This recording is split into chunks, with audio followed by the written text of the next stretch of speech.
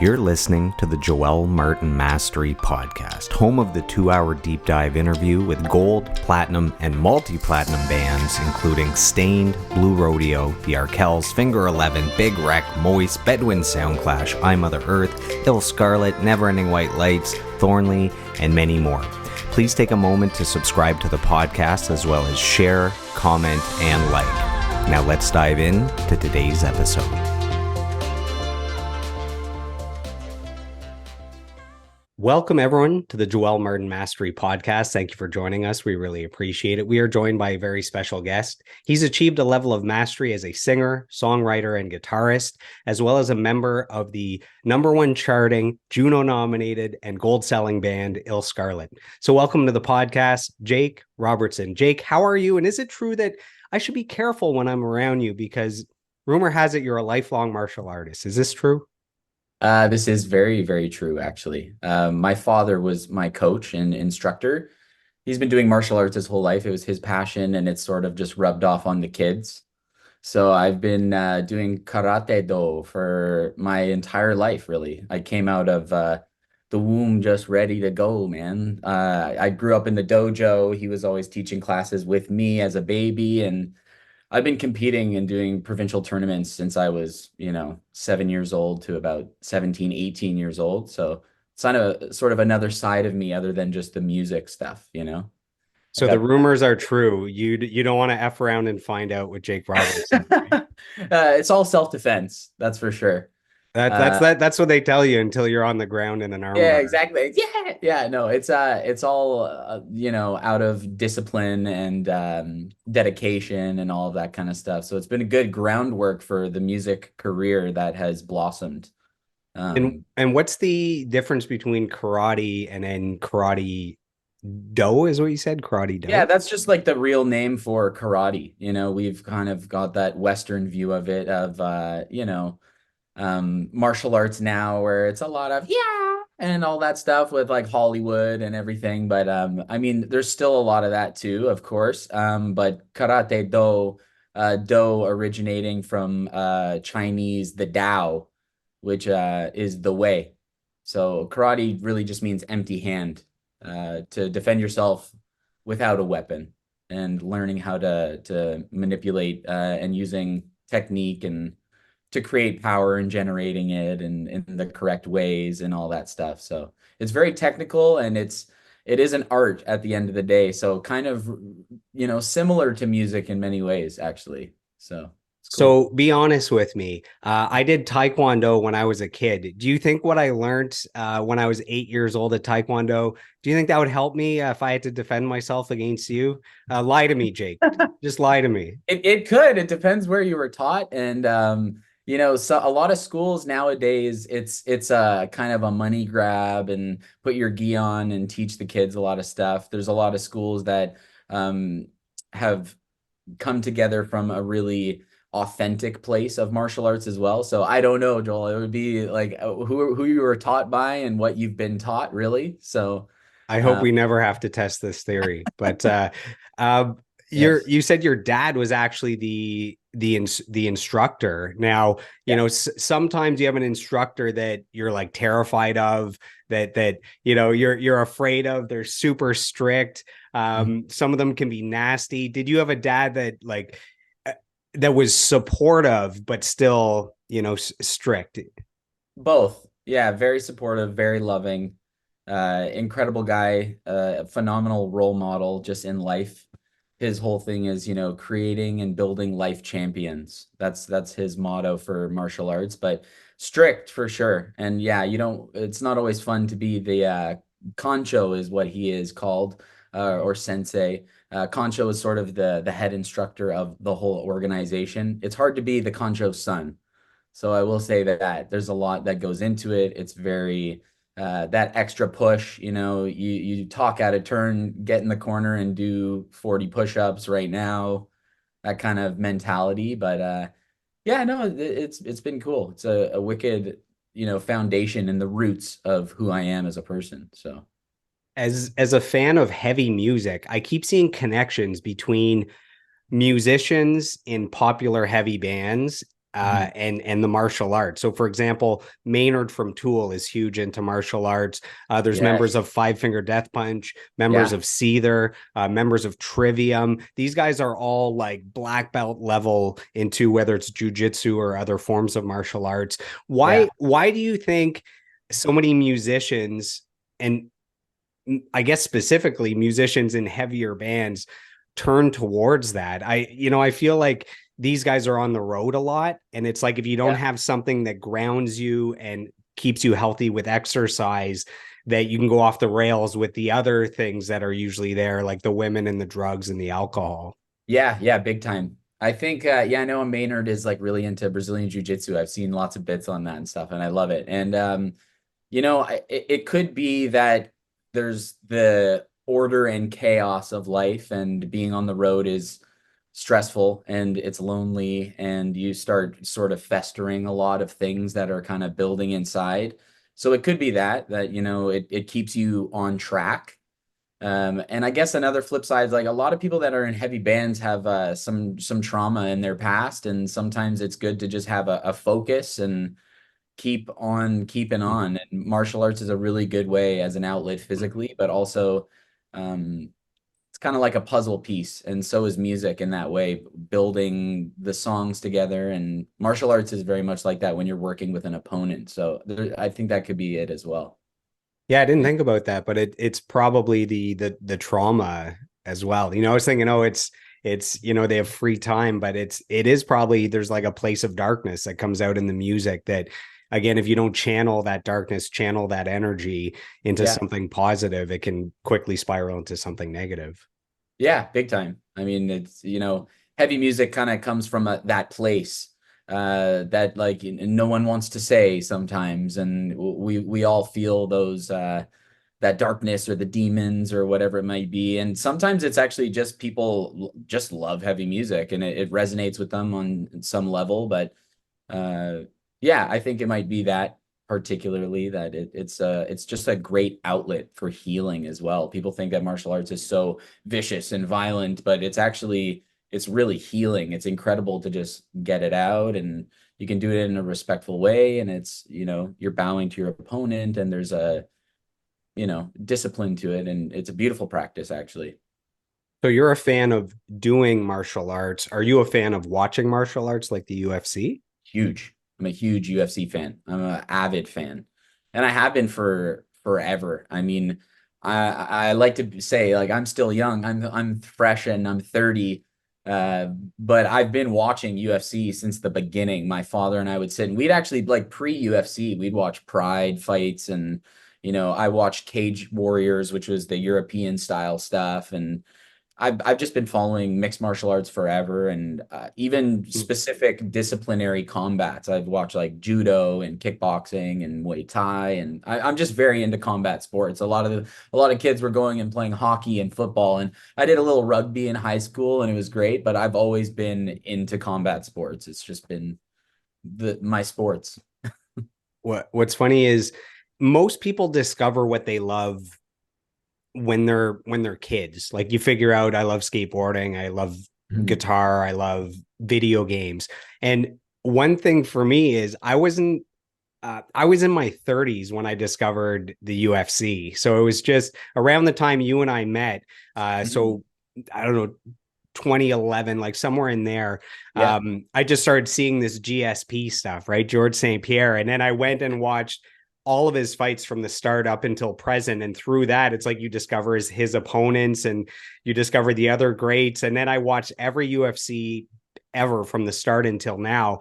And Mhm. it's one of my favorite things because it's something that I'm super passionate about, but I didn't discover until I was in my 30s. So it has like this special place because sometimes you feel like, oh, maybe all the things I love are behind me, or there's nothing Yeah. exciting to get into now. So I've become a huge UFC fan in my 30s, which is cool. I love that. I mean, it keeps building too, that organization. It keeps getting cooler, and I mean, it's more organized, and it's sort of like they've trimmed the fat as they've gone. So it's great that you can get into it now. It just keeps getting better and better. And like, thanks Conor McGregor for making it so boom in everybody's face. So that was also awesome. But Yeah, man, the UFC is an incredible organization, and I'm a huge fan. And Dana, take me to the shows. Let's go. That'd be There you great. go. We'll see if we can Shout get out for a Dana. UFC sponsorship here. Yeah, I exactly. think you'll enjoy this. So I started going to see the UFC events live whenever they were Toronto, Buffalo, Mhm. Ottawa, Montreal, somewhere drivable. I would go, and Yeah. I think you'll appreciate this. The very first event I ever went to was Jones versus Gustafson one, which is considered in the top three Wow. fights of all time. So if that Oh doesn't yeah. hook you as a lifelong fan, I don't know what will. Yeah, that was like I'm so jealous you went to that. That's incredible, man. That is such a good fight. That was wild. And arguably Jones lost that fight to Gustafson. It was like neck and neck the whole time. So that's cool. You've been to better fights than I have, honestly. I've seen some good live ones. I've been to the ones in Toronto, obviously, and saw a Wicked with Brian Ortega and Max Holloway, and that was a wicked fight like a few years back. And I think I was at that one. That's where Shevchenko and Joanna fought. yeah, Yeah, that was the co-main. Okay, I was was it at that that one card? as well. Yeah, I mean, wicked fights that night too. I love like a good Toronto event. Toronto fans are wild for it. It all stemmed with GSP too, the love for just Canadian martial arts. Yeah, wicked. Yeah, so normally I would go to any event that's drivable. And then we had the Sean Strickland Dracus Duplessis fight in Toronto earlier this year. Mhm. Seven of us. So I was in Toronto for 11 years. I've been in Ottawa for 3 years. And Yeah. um, seven of us UFC fans in Ottawa were ready to buy tickets and drive to Toronto for that event. And suddenly the prices, it comes out, I'm on like the advanced guest list, all this stuff. And the nosebleeds, the absolute worst seat that you can get was $530. And Yeah. and all seven of us are like, okay, screw you. Like that's so insulting. Mhm. Before the pandemic, it was like $50 to $70 for a nosebleed to show you kind of the monopoly they have now and kind of the price gouging. So seven of us were ready to go. We're ready to pay quite a bit, and all of us bailed because of that. Yeah, I mean it's the monopoly. It's right there. It's so brutal. It's insane the ticket pricing for everything these days, and I wish it wasn't that way. And that's too bad because that was another wicked match between the two. I'm a big fan of both of those guys. Sean Strickland is absolute riot, that's for sure. Yeah, Uh, he's yeah, he gets the people going for sure, whether what he says is politically correct or not. At least yeah, he's speaking his truth with which people can relate to. yes, he's very himself. He's very authentic, that's for sure. He rubs a lot of people the wrong way, but I do respect him. Yeah. So uh I like to start these interviews by sharing how the guests and I know each other, which shows the importance of community, of networking, of fostering relationships. So in our case, we go back to I don't know, maybe 2011, 2012, 2013, somewhere in there. So I was working at Metalworks, which is Yeah. a recording studio, a production company. It's an entertainment college. So while I was working there, you were there as a student. You were in the music performance technology program. You were in the vocal major program, I believe. And Yeah. um, I remember you then. I believe you came out and played some of the open mics that I hosted. I could be wrong about that. I Yeah, I remember did. you There were performing for some sure. great ones at Cooper's. Okay, yeah. We did Cooper's and Boston Pizza and at Yeah, yeah. Metalworks Oh and yeah, different Boston. ones. So I remember you in the program. So I remember you around the campus, around the school. I remember you performing at the open mics, and you were always super talented back then, just like very, very smooth, very catchy. I was always looking forward to your performances. And what's awesome is even way back then, I remember you being a huge illScarlett fan. And when we fast forward to today, I'm interviewing you as a member of illScarlett. So it's wild to see what a few years can do when you have clarity on what your dreams are and you're out there hustling and developing your craft. So that's our history. That's how we got here today. Yeah. Well, I remember you from Metalworks and I remember the open mics and they were always stellar. So thank you for putting on such fun events for everybody to show their talent. Um, a lot of cool times and just open mics are so good like that too as a young artist to just feel it out and get the experience and interaction with that crowd. And it's always new and they don't know you, so you really have to sell yourself in a way. So that's really good groundwork for any singer-songwriter, and I was right in that vein of just acoustic stuff. So yeah, man, thank you for doing that, and a lot of cool memories there. And being with ill now, it's almost a blur because it's been almost a decade of playing with ill, but I was always a huge fan and like a big fan. Like I grew up listening to all of that stuff, and it is kind of trippy looking back and going like, oh shit, like I'm playing guitar for them now.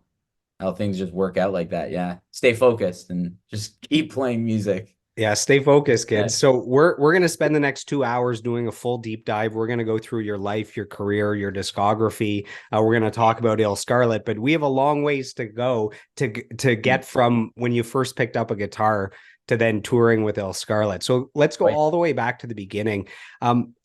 Where did this love of music come from? Is there an earliest musical memory that jumps out at you? You know what? Yes. And it's so funny. I got like these compact discs from my mom's best friend, really my aunt, Ondi, and she had these pizza compilations, and I'm listening to them, and it's like it's got Shaggy on it. And I was like, oh, I love that like reggae stuff. I was always like really drawn to that. And then also, What's My Age Again was on it by Blink-182. And that opening riff, that, and I was like, okay, this is really cool. And I loved it. And sort of that edge of like the lyrics in that opening verse and like just the vibe of it. I was really into that pop punk immediately. And I was very young at that time. I was probably like really young. I was 5, 6 years old getting these discs. And I was like immediately just so into it, blasting it at the top of the volume of my, boom box in my room. And my mom's going, shut the fuck up, like all the fun stuff that was going on. And that's one memory for me. At the same time, um, music is a strange thing where it's like music kind of chooses you. You don't go around just choosing music. A lot of people, they love it and they vibe to it, and some maybe more than others. Music is sort of universal and very subjective, and there's so many styles. For me, I was always just drawn to music. I couldn't get enough of it as a kid. It's just something that has resonated deep inside me from that age. And that was one of the memories that pops out to me. And even, my mom playing, just different records all the time and just vibing out to stuff. It could be anything from, like Warren Zevon to the Dixie Chicks to just music in general of all kinds. I just like fell in love with the sounds, the audio of everything sonically and how cool it was.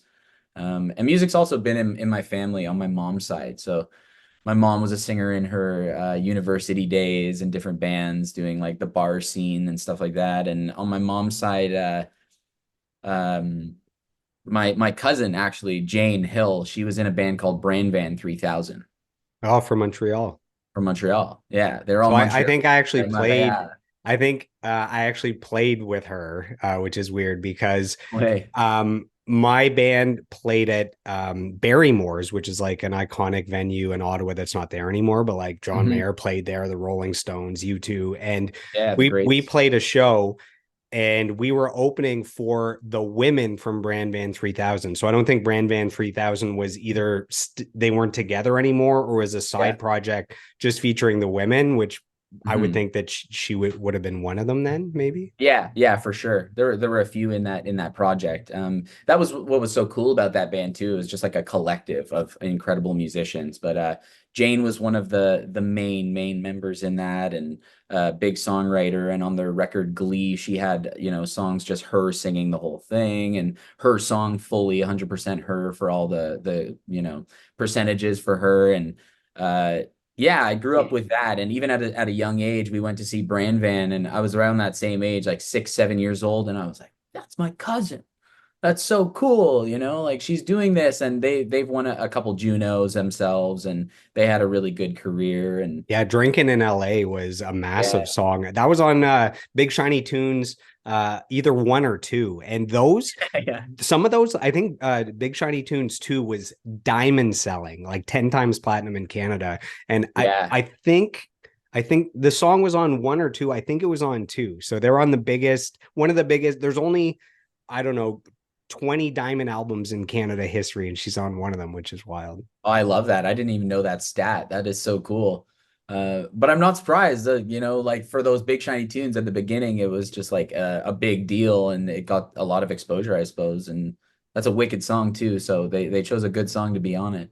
That's for I, sure. I think they played here in Ottawa recently at Blues Fest. I don't know if you Hmm. if you There's still remember at shows all. that they play here and there. I mean, they actually, I think a couple years ago, I didn't know they did the Blues Fest in Ottawa, but they did a show in Montreal a few years back, and there was like 100,000 people at this show, and it was massive. And for Montreal, like that's their home base. That's the bread and butter of where they come from and everything they do. And Jane had that moment where she said, this is surreal. Like years later, she's had two sons. She's changed careers and everything she does. And she's just back on stage, and there's that many people, and they're singing, what the hell am I doing drinking in LA at 26? And it's pretty crazy, right? It's funny. I have early memories about that Blink 182 album as well, Enema of the State, with What's My Age Again. Uh, Yeah. so I was 14 when that came out, and we did a family road trip from Ottawa. We had a family reunion in BC, I think Vancouver. So Mhm. we had a ton of driving to do, and I had a little blue Panasonic CD Walkman. So it's one album at a time, and I don't think I owned any. And we stopped in at a mall, and I bought two albums. So I bought Blink 182, Enema of the State, and I bought I Mother Earth, Blue, Green, Orange. So for this whole road trip, just, I'm 18 hours a day, whatever, driving, and each Mhm. album is like 40 minutes. So I just rotated the Blink album and the IME album. So those songs are Yeah, like ingrained in my head forever. totally. Yeah, just on repeat, every word, every chord change, it's all there. Every Travis fill. Yeah, that's cool, man. I love that. Wicked record. I mean, that's in like the top 100 punk albums of all time, as it should be. Enema of the State really changed my life. All those records. Huge fan. So you mentioned that it was getting this music from your aunt that got you into music, but then it's something different. A lot of people get into music, they love music, but they never become a musician or pick up an instrument. In your case, how did that change where you went from just knowing, oh, music's cool, I enjoy music, to actually picking up a guitar? Yeah, like those early days with like the Pizza Pizza compilations, and I knew I liked the music, but it was at a cottage trip actually in Quebec. And my Aunt Catherine, she had a classical guitar. It might have been my mom's guitar actually, because my mom does some classical stuff, but they had a guitar and she was strumming along. And I just said, like, Aunt Catherine, just teach me what you're doing, like please teach me, because it called to me, the guitar especially. And I did some piano lessons earlier on, and I don't know, it wasn't my thing necessarily. I can get away with faking some chords, but guitar spoke to me. And my Aunt Catherine said, it's just too complicated. It's too complicated for you right now. You're too young, and you won't understand it. And she taught me a couple basic chords because I was so persistent. And by the end of that weekend, I was strumming the chords and just figuring it out. And she went, okay, maybe he will figure this out. He seems really like into this, and he's not giving up. He's not a quitter, that's for sure. So that was the first experience I really had strumming a guitar, on a classical guitar, and just strumming along on, a D and A, an E minor kind of thing, like that, basic chords. And um, yeah, from that point, I even started writing songs shortly after that. I started writing songs at, 9 years old. So I played guitar for a couple of years and just got the groundwork of chords. And I was writing songs, my own, not great songs, of course, but having fun with it at about 9. And just, you know, trying, putting it out there, whatever message I had as a 9-year old, I don't know, but that's how it started. So I think once I started writing songs, I thought, this feels really good and somewhat natural to me to just be creating versus just learning. And I mean, still always endless learning, of course. And I was still learning my favorite riffs, but I knew enough of the chords to just start, attempting to put some lyrics down on paper with it. In those early days when you were learning how to play guitar, were there any guitarists that were massive influences to you? Like you looked at, I don't know, John Mayer Oh yeah. um, or I don't know, Jimmy Page or somebody. Did you look to certain guys like, wow, I that is the pinnacle of what I can achieve if I work hard at this? Yeah, totally. I mean, like the John Mayers and the Jimmy Pages, it's like I've grown respect for all of those incredible guitar players now a little bit later as I'm, really becoming when I became a lead guitar player of ill and was like, oh, I need to dabble a little more and learn more and figure out their techniques and things like that. But even at that time, I was such a rhythm guitar player. I was like a huge Green Day fan. It's always like the punky bands, and I listened to Bad Religion, and I was into Rancid and stuff like that. So I love Wes Borland from Limp Bizkit, man. Like just heavy riffs. And when I was young, it was a lot of new metal and punk rock. So, but even, Bob Marley, Peter Tosh, like I was into reggae as well at that same time at an early age in my early teens in high school. And I loved Peter Tosh's guitar playing and with his wah pedals and just funky stuff like that. And really like the triplet stuff for reggae and learning how to play proper bar chords with like watching Bob Marley live concerts, just like how to really like mute the strings just enough to get that sticky reggae feel. So lots of guitar players. I mean, now later on in life, there's a lot of lead guitar players that I am like really fond of and stuff, but I love like good rhythm stuff as well. So As a kid, before you figured out that maybe you wanted to be a professional musician, was there anything as a kid, was there anything you wanted to be when you grew up before music kind of took over? Um, when I was that young, I'd love to be a pro skateboarder. I was skateboarding like crazy back in the day, and there was a skate shop called Powder Hounds in Port Credit, Mississauga, and they were doing little, sponsor me stuff. And I was like, I want to be a skateboarder, and I make, videos with friends of us just totally bailing all over the place and fun stuff, occasionally sticking a landing, but mostly bails and just Your fun stuff. blooper reels were quite popular. Oh, they were wild. It was like jackass style stuff with the buddies back home. Maybe skateboarding and martial arts, honestly, because it was just so ingrained from such an early age, and I was competing at that time. I thought, oh, I could be, a martial artist maybe. And my sister, she was a phenomenal martial artist. She ended up being on Team Canada, and she was traveling all over the world. She won second at the Pan Am Games in Santiago, Chile, and so like their competitive nature was always there as well. So martial arts was a potential, but you only get kicked in the head so many times, and you go, I don't know. I think my biggest takeaway so far from this interview is just don't mess with anyone in the Robertson family. I think that's what I'm learning. Yes, just a house full of black belts. Yeah, you broke into the wrong house, I think, if you break into that one. If Yes. I met you a few years later at 12 years old, who would I be meeting? What are you like as a 12-year-old? I don't know how much good I'd have to say about myself other than a good foundation, very dedicated to my passions, but not necessarily doing what people were telling me to do. I think that's what I would say, someone who I had the burning desire to learn to play music and to just hang out with my buds, man. Like that was the main thing. I loved hanging out with friends, um, getting up to no good, really, just whatever mayhem we could cause in Little Mississauga. That seemed to be what we were up to. But held much promise. Yeah, so much potential, right? So If much we could potential. if we could just harness this power. Yes, Do you exactly. remember the first concert you ever attended and maybe around what age you were?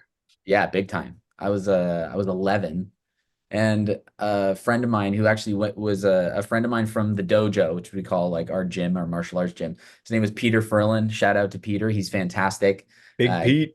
Big Pete. He lives in Calgary. He's coming to see us play when we're out there. Um, his mother Sherry took us to see Velvet Revolver Wow. and 3 Days Grace Jeez. opening. And I was 11 and we were there and so loud, hey, like all of that stuff. And it was just like the power of these bands and Velvet Revolver, obviously, just like So you're seeing Slash, you're seeing Scott Slash. Weiland. Yeah, Scott Whaling just like going off and the banter that he had. Scott was just so into it that night and as all nights he was incredible. Um so yeah, that was as a first concert to see just the sheer power and chaos of those bands just gripped me just the right way. That was the first one I saw.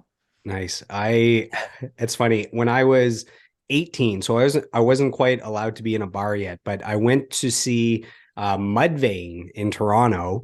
And everyone, when there's a really heavy band, it's like it's a tough crowd for the opening bands. Like they just want to see their one band and everyone else like screw you. So Yeah. I'm there to see Mudvayne, and then there's this little trio opening that no one's heard of, and they were really good. And the crowd is like booing them just because they're not Mudvayne. And it was 3 Days Grace before they blew up. So once Oh, they, no way. I Hate Everything About You comes out, they're huge. And then they added a guitarist. So they've been a 4-piece forever. But I saw them, they were a 3-piece, Nice. and they got booed. And I'm like, why is everyone booing? These guys are amazing. And a few months later, they were, one of the biggest rock bands. So Yeah. that was a cool memory. I saw them before they were big. And then you're talking about Scott Weiland. When I was 14, my dad and I did a road trip to Saratoga Springs, New York, and we saw Fishbone open for Stone Temple Pilots, open for Red Hot Chili Peppers. So No I way. was able to see Scott Weiland back in the day as well. So we're connected through all the same bands, you and I think. Yeah, I love that. Just like, different artists and meshing and all that stuff. It's such a cool history and the music industry and the culture behind it is just so vast. That's a cool show too. Fishbone, I love Fishbone and I mean Stone Temple Pilots like that's like really just classic stuff that it hits hard every time and I'm a huge Chili Peppers fan too. So, grew up with all of that stuff and the funk, man. Learning to play that funk, those funky riffs. I love that. So let's pretend that you and I are the same age. Let's pretend that I also grew up in Mississauga. At 16 years old, if you invited me over to listen to music, what albums would you be spinning?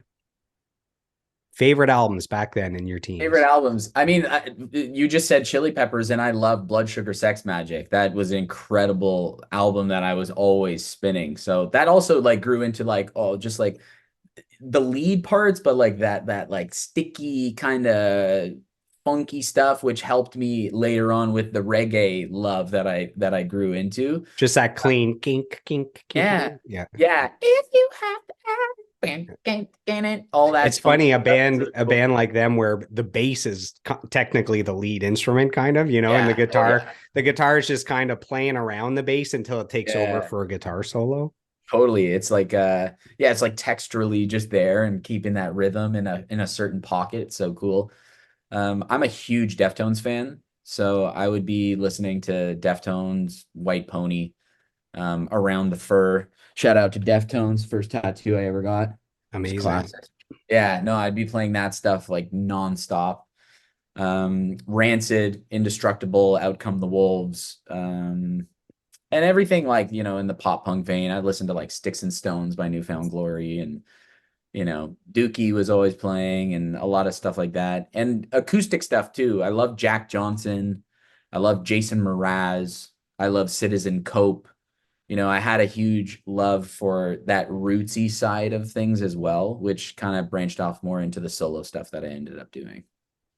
So when I started promoting that you were going to be coming on for a deep dive interview, I put out the bat signal and asked for some fan questions, and I got a bunch of them sent in here. So we're going to go with the first one here. So this is from Bruce Fox, and he asks, "How did the drama course at Lorne Park Secondary School influence your understanding of art?" That is such a great question. Oh my gosh, Mr. Fox, that is a throwback for me. Hope he's doing well. Um, I think that it helped me a lot because of being in the moment. Doing we did a lot of improv in that class, actually, as I remember, which really puts you on the spot, and it pushes you out of your comfort zone. And a lot of live performance for me is that, just you can sit and play your song, but a lot of it is taking yourself and seeing the crowd and maybe creating a moment with, whether it's a group of people that are there or one person that's there. And that's sort of improv. It's on the fly. And, if someone sees you do something and they get excited, giving them a point and having this connective moment, or maybe going over and being like physically connected with them in that moment, or saying certain things into the mic as banter in between songs, and just having fun and letting myself go. So that's awesome. Shout out to Mr. Fox for that. A lot of improv, and that's helped me quite a bit. Fantastic, Mr. Oh, Fox. Did you play in a bunch of bands growing up? And if so, what are some of the band names? So our fans, yes. the listeners of the podcast, they love to hear all these old school band names. Sometimes some of the names are just ridiculous. Sometimes they're awesome, and you're like, man, you should have kept that name. I Mhm. remember when we were both in Mississauga together years ago. I remember you were in a band called Cardinal Chase that were awesome. So that's one of the bands that you were in for sure. Yeah, that was a really big learning curve throughout that project, actually. And before it became Cardinal Chase, it was Killer Green. So that's like, we were in our big stoner phase, and I don't know, we were still in our stoner phase in the Cardinal Chase days, but we were having a lot of fun. We started this band when I was 14, 15 years old, just right in high school, grade 9, Lauren Park, Mississauga. And we were playing every house party we possibly could, and just having the time of our lives doing it. Whether it was all over Mississauga. It kind of we had a record that we recorded at a place called Hive Studios in Hamilton, with Mike Brown, and it was just a really cool experience. And I remember a lot of memories of just recording that and it being passed around through all the high schools. So that was really fun. Killer Green days. And we were doing, like, the supernova shows and everything, like so much supernova. It was ridiculous. So a lot of fun there. And then eventually we changed drummers and we became Cardinal Chase. And it was actually me and my second cousin that were doing a lot of the songwriting for that. His name's Riley Bell. He went to Metalworks as well. And he won a Juno for mixing the song off Daniel Caesar's Freudian, actually. So he's had a great career himself. He's now one of the members of a band called New West. So they're doing really well as also. So shout out to them. Love those guys. And yeah, we were in Cardinal Chase and things sort of blossomed from there. We actually started working with, Cardinal Chase was the time when our management sort of came into play with Andy Winkler, who was managing ill at the time. So he stumbled on, I think even earlier on, like a Killer Green, the record that we did. And he thought, oh, these kids are pretty good. It wasn't like a full-fledged, hey, sign these papers, we'll manage, but it was sort of nurturing some kids and helping them with some opportunities along the way. Um, and then, yeah, Cardinal Chase, we were playing and doing a lot of fun shows, opening up for Ill at like all the Opera House Christmas shows and stuff like that, and getting to know those guys in that camp.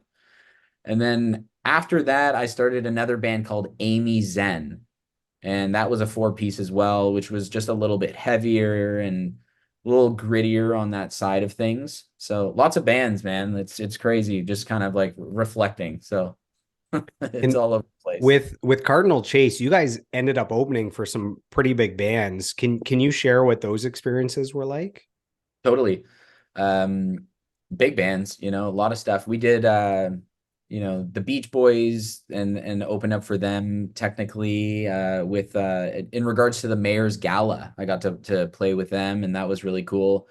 We've done like Walk Off the Earth. We've done Sublime with Rome, which was incredible because I'm a huge Sublime fan, obviously, with my love for illScarlett and that reggae SoCal kind of stuff. So I remember before going on, we were like, we're playing with Sublime. We're playing with Sublime, and like their new variation and all that stuff, but it was still like the true culture of Sublime. and that was really cool. Carly And Rae Carly Rae Jepsen, Jepsen. yeah, Carly Rae Jepsen was a big one. We actually did that at the city center in Mississauga, and that was a free show, so that was a huge Was show. that either Canada Day or New Year's Eve? It was Canada Day. Okay. Yeah. Yeah. Yeah. Yeah, it was a fun Canada Day show. And we practiced like crazy for that set because we're like, this is the big one. This is the big one, boys. We're gonna have fun with it. And it was such a blast, getting up on stage and in front of that many people. It was like felt like all of Mississauga was there, and it was just a great show. So a lot of opportunities that we had and a lot of memories made, you know. It's funny, you meet all these musicians along the way and you never know, who's going to make it and who's not. And I have a funny story with Carly Rae Jepsen. So way back in the day, um I was a finalist on Canadian Idol, and Carly Rae Jepsen was the final female finalist the year I was on. So her and I were together, in Toronto for the top 200 and the top 50 and all that stuff. Yeah. And what's wild is, she goes on after she doesn't win Canadian Idol. She's top three. And afterwards, she releases a couple albums in Canada that go gold in Canada. They do well. And then suddenly, Call Me Maybe just blows up. And it's one of the best selling singles of all time. It sold 20 million copies. Like it doesn't even, Wild, eh? yeah. Yeah. Yeah. So this girl from Canada and just had this song that took over. And then she's had all these hits since then. And she's insanely successful. And it's weird. I have one video where I'm performing an acoustic version of Baby Got Back on Canadian Idol, and there's her in the crowd in a red dress, like clapping. Like it's just the weirdest thing. And then she, it's funny, I stay in touch with her, and she's just become this massive, massive star. So you just never know. Even when people are very talented, it's like you need more than talent. You need all these things to fall into place. Yes, yes, the stars must align. But I love that like tie in with you and her and like everything you've done, and like you're such a talented guy as well. And it's so cool to hear those connections really. 20 million is absolutely incredible. That's so awesome. Yeah, yeah. Like if the single sold 1 million, you'd be like, Jesus, that's crazy. Yeah, But good for you. it was the song of the summer. The year it came out, it like took Yeah. over the entire summer, and it went to number one, not just in say Canada and the US, like globally, it went to number one in like 14 countries. Like it was a massive global Yeah, hit. it was a big international hit for sure. It's so Stellar. yeah, it's Stellar. so Incredible. yeah, it's a great song too. Let's dive into your solo music. So we talked about the Yeah. bands you were in growing up. Then as you go along, you're developing your own music, your own craft. You're ready to release an album. For our loyal podcast listeners that listen to every single episode, regardless of who I'm interviewing, for those people that haven't had a chance to go and listen to your music, how would you describe it? I know it's the hardest thing for a musician to describe their own music, but Yes. That it's like a question that always stumps me, but I'm sure it stumps all musicians because it evolves, right? Like it's always evolving. And when I was young, it was very, acoustic reggae with like a big chorus kind of thing. And that's what it was, I guess, like acoustic reggae rock. It's evolved because of all the love for every genre that I have. I love like, R&B. I love funk. I love reggae. I love punk. I love metal. And it's by no means metal, but I feel like the heart is there. And when I'm putting it all together, another thing that's changed it is I got into audio engineering and I do it all myself. And that's been a big play for me is choosing the sounds that I want. And yeah, I would say like, high energy, acoustic, reggae, rock, pop rock, you know, kind of generic, but it's still got a little bit of fusion of all flavors in it. we're gonna get everyone to head over to your Spotify anyways to check out your music so they can decide uh exactly what it is. Maybe they can come up with a catchy name for the genre, for the style. So Yeah. I have some kind words sent in here from an incredible guitarist. This is from Matt Drake from Sumo Psycho. And he sent in the following. He says, Jake's good people. I had the pleasure of working on several projects with him over the past couple of years. He's always in good spirits, real easy to work with, good guitar player, good songwriter, good vocals, good ideas. He's quite talented and not too hard on the eyes either. So that's from Matt Drake. Thanks, Maddie. That's awesome to hear, my man. I love that.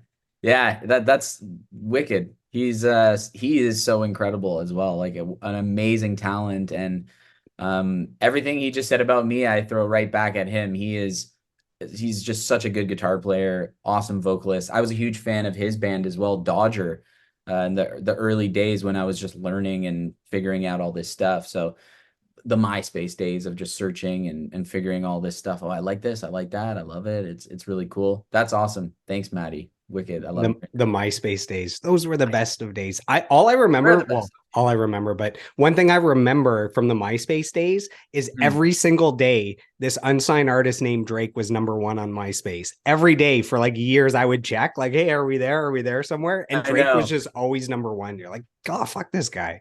I know. He's just been killing it forever. Yeah. Yeah. That He's was always been on top of MySpace the was world. what, like 2006 to 2008 or something? Oh yeah. Like way back. And he's just always been just like sitting at the top, no matter where he is. He's just like gotta be up there, you know? Yeah, it's pretty crazy. And hey, shout out to one of our own taking over the world. Yeah, what's funny is I just did a quick 1 minute episode on the rap battle, the feud between Drake and Kendrick, just Yeah. kind of showing the numbers and like all their songs are massive hits now and the streaming numbers and like all the stuff that's going on. And um, most people agree that Kendrick probably won that feud, but then I Mhm. just keep seeing today people are saying, okay, Kendrick accused him of this, and this, and Drake is still here and still making hits and still successful. Like if that's not Drake winning the battle, that he can withstand, all this stuff that's being thrown at him from Kendrick, like just to show how powerful Drake is. It's like I don't know what that is.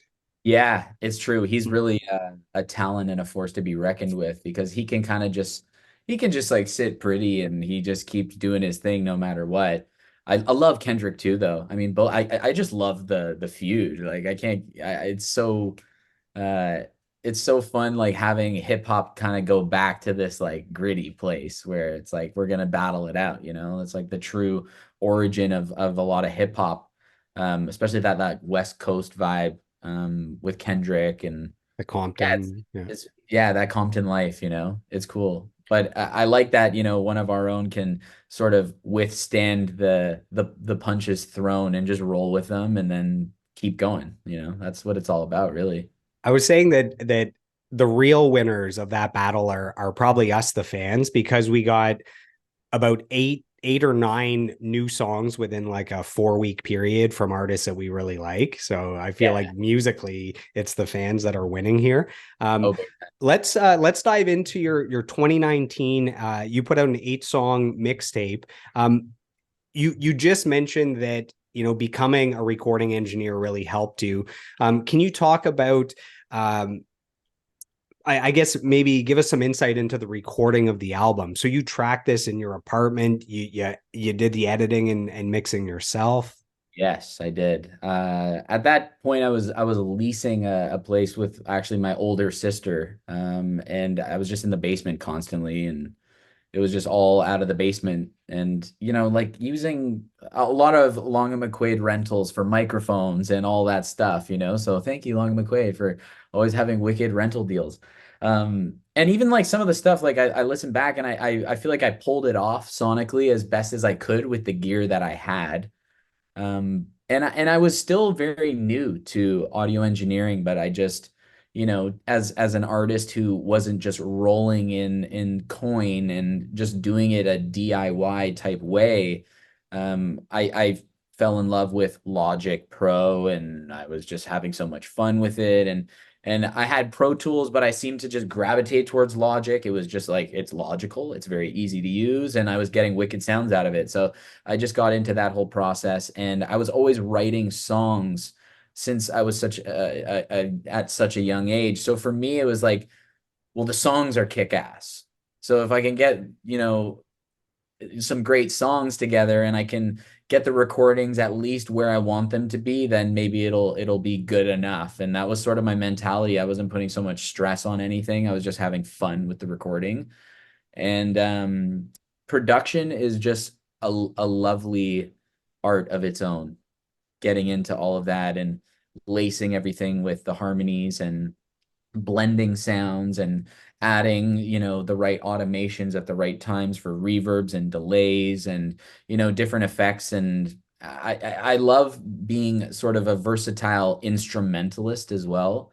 So I've always been a fan of, auxiliary percussions and, just all that stuff that kind of goes into it. So, I mean, I very much did it myself and it was a fun process. And I still do that to this day, really. What would you say were the biggest challenges in recording yourself, in recording in your own space? Usually the hardest thing to record is drums, right? Because you need a good sounding drum room. Normally you need more mics than you have or can afford. So maybe with the drums, does that push you towards doing more of the program drums? I did tons of programmed drums. It was almost all programmed. Occasionally, I'd want like a real. I love that you asked that because I was like programming all my kick drums, but I loved having like a real almost in hindsight, I should have just kept it all programmed and really you know blended it that much more. But occasionally, I'd love having like a real fill or something, so I'd just mic up a snare, get a real live snare on it, or with some rolls and things like that. And occasional cymbal work, I would just literally set up some cymbals and just have a couple mics on cymbals throughout it versus setting up the full kit because I wasn't so comfortable at that time recording even full kits. I was so early on in the stages of just recording. So I became better at programming everything. And to this day, I program and but I have like now like a console where I feel like comfortable actually recording full kits. But at that time, that was a bit of a challenge. It's like, how do I get big, beefy drum sounds just without, the preamps that I want and everything that goes in with it? And I was really, really DIYing this stuff. But it was cool and I loved doing it. And I even recorded it on, a really, really dinky interface. Like at the time, it wasn't like good, high quality stuff. And but if you put a lot of TLC into it and you take your time and you make it all sound cohesive, then you can pull it off, you know? And for our listeners that are gearheads, do you have any favorite guitars or amps or pedals that you use to kind of achieve your signature sound? Yeah, it's funny. I've always deemed myself more of like a feel player versus like a full gearhead. I have friends of mine who are just like next level and they know absolutely everything, and I love them for that because their tones are always superb. Um, but I use like a Marshall JVM head. That's a Bugera. I don't even play that. It just sits there. It's collecting dust Looks now. I've had good. that as a kid. Yeah, it's like you always stack them. I have a Les Paul traditional. It's a 2013. It's my baby. I love that thing. It's just absolutely gorgeous and it's heavy and it's warm and it gives me all the tones that I would ever want out of it. I have a PRS that I play all the time, just a 24 fret PRS that sounds wicked. It's a little bit lighter and I love that. And as for my pedal board, I use like tons of MXR pedals. I'm a huge MXR guy. Carbon copy delays. I love the Sugar Drive pedal. I can't say enough good stuff about an MXR Sugar Drive because it's just got a little bit of that crunch where even if I'm playing a clean, it just gives it some grit. I use it all the time with ill. If it's a part that I feel like needs to just lift a little bit, I throw that on and it sounds great. I mean, I use a Rat pedal, which is like one of the OG, just grimy, dirty overdrive pedals, but it's sort of like a quintessential punk rock pedal, in my opinion, just having a Rat pedal. And that mixed with my Sugar Drive gets a wicked tone out of it. So I really like that too. Um, I've used like metal zones and all that stuff and That's like just drive classic. classic, man. Like I want to get really heavy and like if I want my harmonics to really ring out and just like get some bends on things and a lot of fun stuff like that. But yeah, what else do I use? Crybabies, just wahs. I got tons of wah pedals, but no like specific. I've never like if I can get a wah sound out of it, I'm happy, and I'm kind of comfortable with everything at this point. So it's like plug me in and play, you know? So let's dive into the 8 songs on the solo album. There's two of the songs are an intro and an outro. Where did the idea come from to have an intro and outro? Is that to set kind of the vibe of the album? What's behind these two? Yeah, it was totally a vibe thing. I mean, I think originally I was just making music and I have so much music just saved. And I remember at that time working on those pieces and I was like, oh, I gotta write lyrics for these. And that seemed daunting at the time, just because maybe a writer's block lyrically or whatever that may be. But I was just like, oh man, I gotta dive into that. And then I started thinking like, well, that would be cool to have an intro and an outro. And I've always been a big fan of artists that have an intro and an outro on their records, and it just makes it feel more theatrical in essence. So it just was a decision that was made. The pieces of music that I had weren't so long, so I thought, oh, that'd be a good idea. Like keep it to like, 1.5 to 2 minutes as like this nice intro piece and then an outro piece as well. So yeah, that was it. It was just sort of a decision based on the music that I had recorded at the time. Yeah. So the song Feeling Out, the second half of the chorus where the drums kick in, the backup vocals kick in, that's Yeah. so catchy. So I had to bring that up. Nice. Super catchy, lots of hooks. So there's a great guitar solo on that song. There's guitar solos on I'm All Gone and on Ride or Die. Is that you playing those solos? On Feeling Out and I'm All Gone, it's actually one of my wicked buddies, Angelo Gambitessa. So I'm giving shout out to Angelo because he's been a friend of mine who's been in all these like math rock bands in high school. And this stems back to like, the 16-year-old Jake of like, absolute, ridiculous behavior, hanging out with buddies and playing guitars and going skateboarding and stuff like that. And I reached out to him. He's a school teacher now, which is so awesome. I love how talented he is, and he's just such a good guy. But I said, hey, come over, man. Like you're a wicked guitar player. I'd love for you to play my record. And he was just super stoked about it. And he played those solos, which I thought were just stellar. He's such a good feel. I did the one on Ride or Die, which I really kept kind of simple and just put like effect delays on it. And I wanted it to feel almost like, and I'm like, if the Edge from U2 ripped a solo right here, what would it sound like? And kind of like delay effect on it. But yeah, I mean, on the new stuff, I've just been doing it all on my own and having fun with it, and a whole new record that's about to come out as well. Wicked, just absolute tears of solos on it, and it's a lot of fun. But yeah, those two, it was specifically my friend Angelo, who's just a stellar guitar player. So out of the 8 songs on that album and then the 5 singles you've released since then, if the video game Guitar Hero approached you and said, we need one Jake Robertson song to be in Guitar Hero, which one do you think you would choose? I think I would choose. It would probably be "Hold Me," which is one of the songs that I released, and I just think that it would work because it's got some really nice acoustic stuff in there, but it also has a big bridge where it gets real heavy, and then the guitar octaves kind of come in, and there's some just really cool guitar work in that as well. I love like the hammer-on work that I do on the acoustic. That just I think would be cool for Guitar Hero. You could put that on expert and it'd be a little difficult. So, you I know. remember it's funny whenever I interview a guitarist, I'll ask the Guitar Hero song, Guitar Hero question if they have any solos in their music. And what's funny is when I interviewed the drummer from Papa Roach, Dave Buckner, he's the Yeah. only band where when I asked, they actually had songs in Guitar Hero. And Oh, I love and that. and what he was saying is, as a drummer for rock band, he would go to play, and it's like he's the actual drummer, so he can actually play it. And he's like, I can't even play these songs on like expert, and he's the drummer Yeah. that created it. So I always found That that is kind of funny. hilarious. And I'm honestly not surprised by that because I've never been good at Guitar Hero. And like I could get by with friends. This takes me back as well. But like all my friends are just like and I'm like, what the hell is going on right now? Like I can't follow it. So yeah, there's something to be said about, being the actual player on it versus, playing the game. I remember I would play Guitar Hero for hours, and my friends are like, "You can actually play guitar. Like, why are you?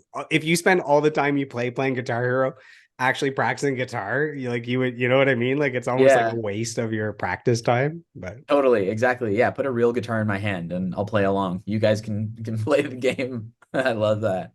this episode has been brought to you by the Women in the Music Industry podcast. It's hosted by music producer Rob Wells, who has worked with global superstars like Justin Bieber, Ariana Grande, and Selena Gomez. Through his 1 hour interviews, he shines a spotlight on the remarkable women who are breaking barriers and making their mark in the music industry. Some of his notable guests include Morgan Lander of the multi-million selling metal band Kitty, and Pam Shane, who co-wrote Genie in a Bottle for Christina Aguilera. If you're a fan of the Joel Martin Mastery podcast, you'll love the Women in the Music Industry podcast, which is available on all platforms. The song I Won't Stop You, there's some great harmonies on that song as well as the rest of the album. Has singing and hearing harmonies come easy to you, or is that something you've had to learn over the years with training?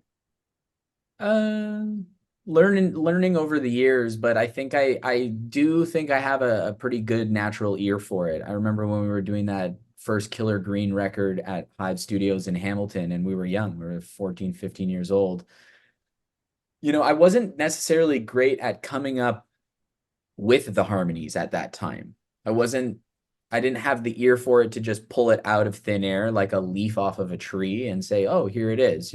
But I remember the producers at the time, through the speaker saying like, why don't you try this? La la la la la, or whatever it was. Oh, yeah, give me a melody. And I could pick it up fairly quickly. I feel like quite blessed with the ear to be able to do that and put it into audio quickly right from my voice. But as I've grown as a musician, now I can just I feel like I hear them. So I can really just pull them out and get really creative with harmonies. That's like that's my favorite thing to date in terms of production is just vocal production. And coming up with cool ideas, ad lib pieces that you can put in and stack and put a little bit on the shelf here, down there, and get creative with. So I feel like it's come pretty easy to me. That must be nice. It didn't come easy to some of us working on harmonies, but No, for sure. I hate to even like rub that in. So like, like I yeah, know it some of is us are very still difficult. struggling to get harmonies right. But Yeah, the yeah, yeah. the songs "Get Rich Now" and "I'm All Gone" both have really catchy bass lines to them. Some catchy bass playing. Are you playing bass, or did you bring in a bass player? I brought in a bass player for that as well. I feel blessed that I have like a good, you know, connection with a lot of local guys and like this great network. So that was Nathan Colucci actually who did it on I'm All Gone. And he when he came in, he wasn't sure exactly what to feel, and I had an idea of what I wanted. So I sort of, you know, guided him in certain ways, but he's just so good as well. Like I knew what I wanted the feel to be in terms of all my root notes and everything, but occasionally he would just throw in these like absolutely tasteful licks.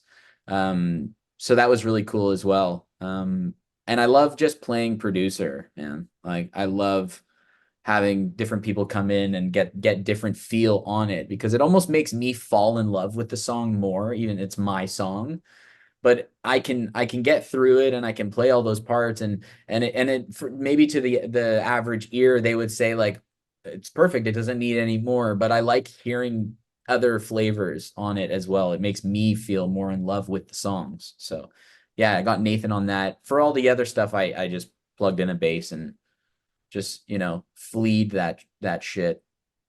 Is the song "Rendezvous" your equivalent of a sexy Justin Timberlake song? I need to know these things. Yes. Yes, without a doubt. Yes. I'm glad you said that. That's awesome you said that, man. Yeah, I love Rendezvous. I play that at every show still to this day just because I find it is truly the sensual JT song in my catalog.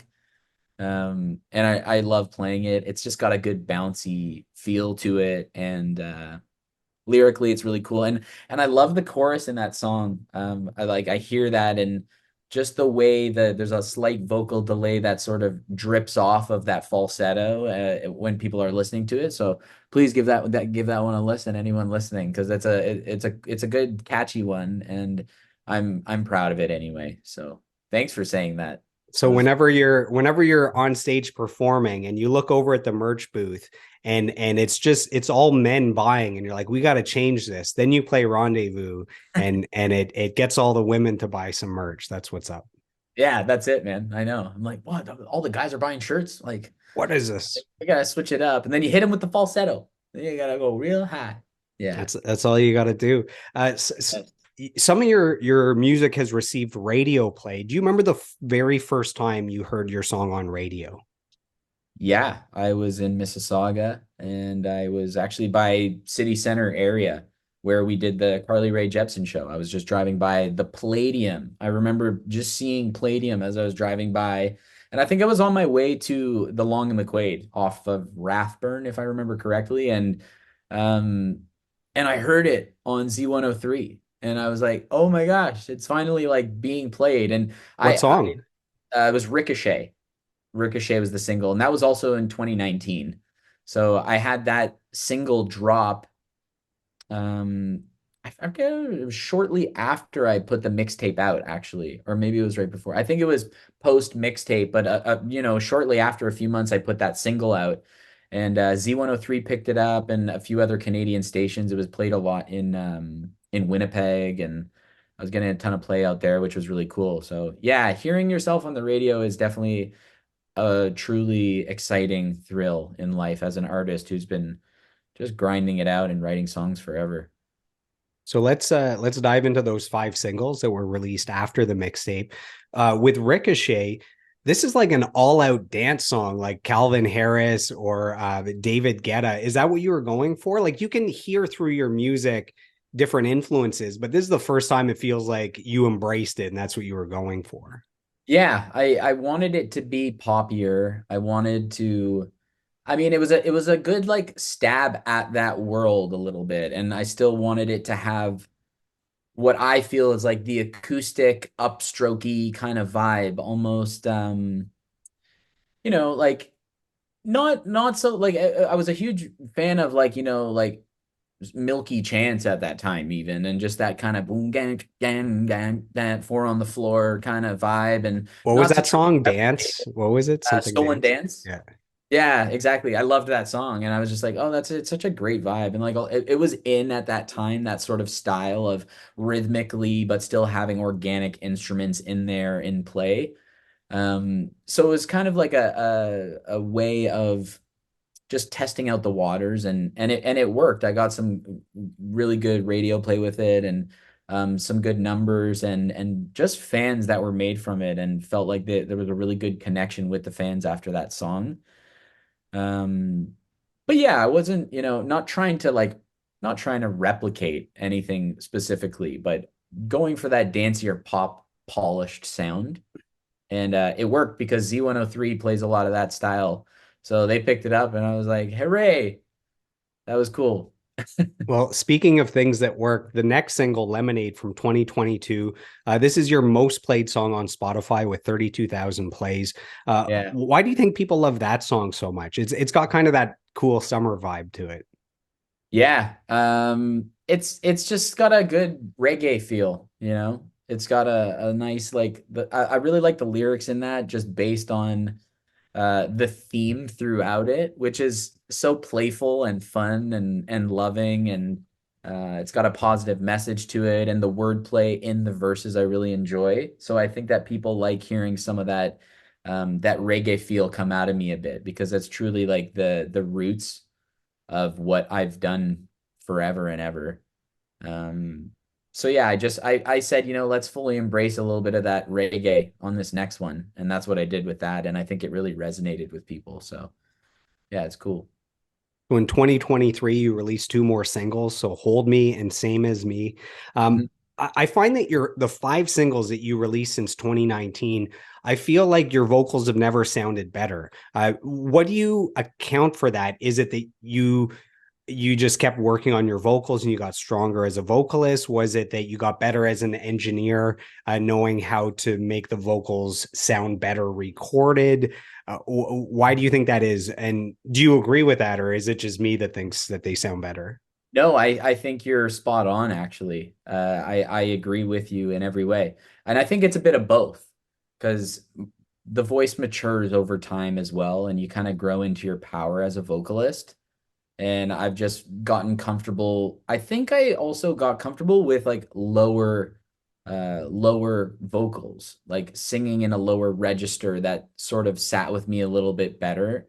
It was more comfortable for me, but also being able to really resonate like the power in the high register as well, and sort of just being more versatile as a vocalist. And definitely the engineering as well helped because you just get better at everything as you go. So it all sort of ties in and it gets tighter. And yeah, I think that it's very like onward and upward in terms of like the vocals and the production as well. Thank you for saying that.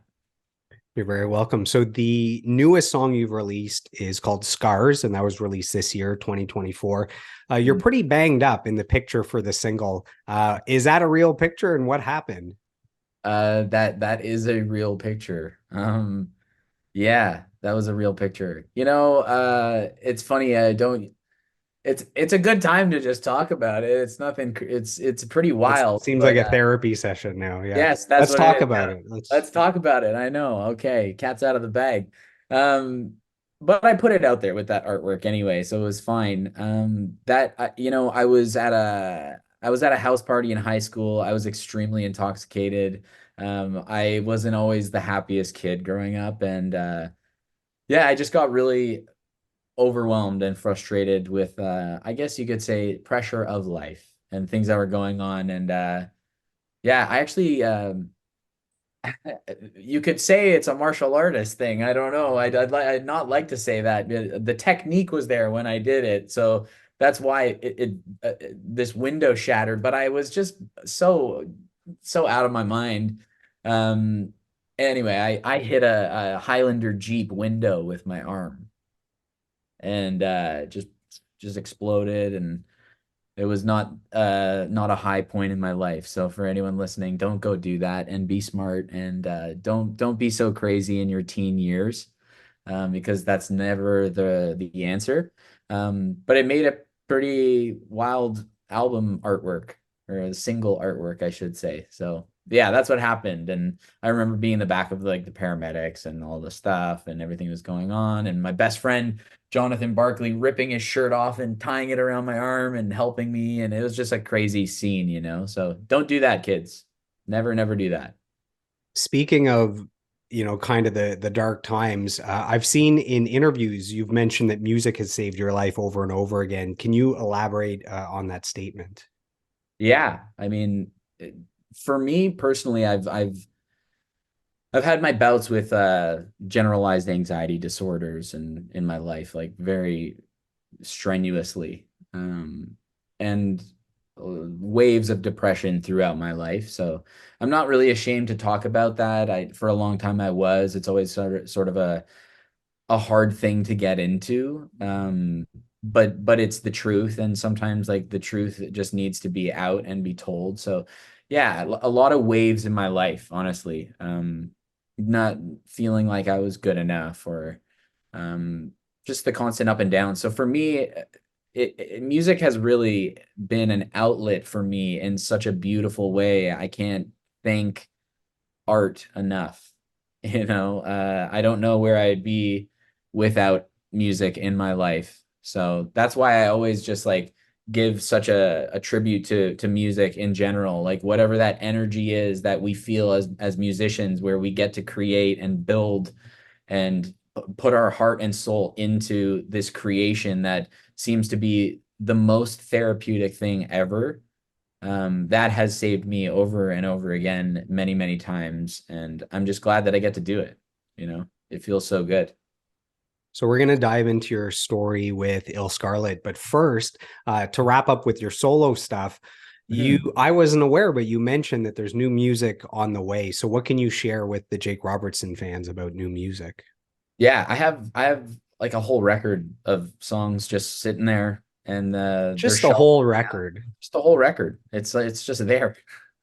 And they're honestly, I'm you know, don't like being too out there and confident or boastful about it, but I really believe they're the strongest songs I've ever written, and they're coming together it just effortlessly, and I'm having such a good time making them. And I know a lot of artists kind of go on that spiel. Oh, this is the best record we've ever made, and these are the things. And but when it comes to the solo stuff, I have always just been building and building and building and doing it almost kind of like feels like there's been some noise, but in a way still silently just building on things. And the music's really at a point now where I feel like it's getting really powerful with the messages and the artistry and the production and everything. So there's a ton of songs that are going to be coming out soon. I'm not sure if I'm going to do an EP or a full album or just singles along the way. That's why I haven't.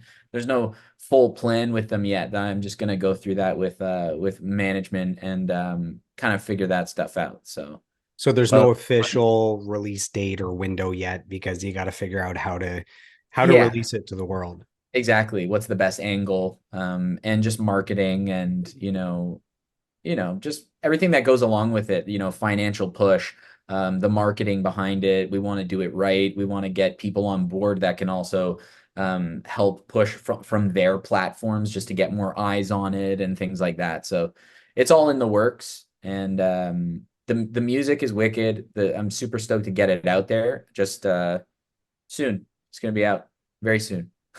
Awesome. That's exciting. Yeah. So let's dive into illScarlett. So let's start Okay. with a fan question. So this is sent in from James Mizurski. And his question, well, he starts with a comment. He says, I've been a huge illScarlett fan since day one. How did you approach the band to join, or were you approached? And what dream band would you like to do a set with? Hmm. How did I approach them? I mean, we played shows with them, so they knew us as the little rugrat band that was always like, "Can we play with you guys? Can we play with you guys?" But that's how we were, like we were young and we were little little just scavengers looking for gigs and looking for shows. And we got the opportunity through their management who just seemed to be interested in it. Um, and we ended up opening for them a bunch of times, and eventually you hang out with people enough that you just start vibing out. And with our bands, we had such a relatable love of genres as well musically, so it's hard not to sort of create bonds with those guys and the bands that are feeling the same things. So I eventually just got closer with all of them, and and now I'm here, which is awesome, and still and playing with them and rocking out and writing music, and it's like it's a dream come true, and it's awesome in every way.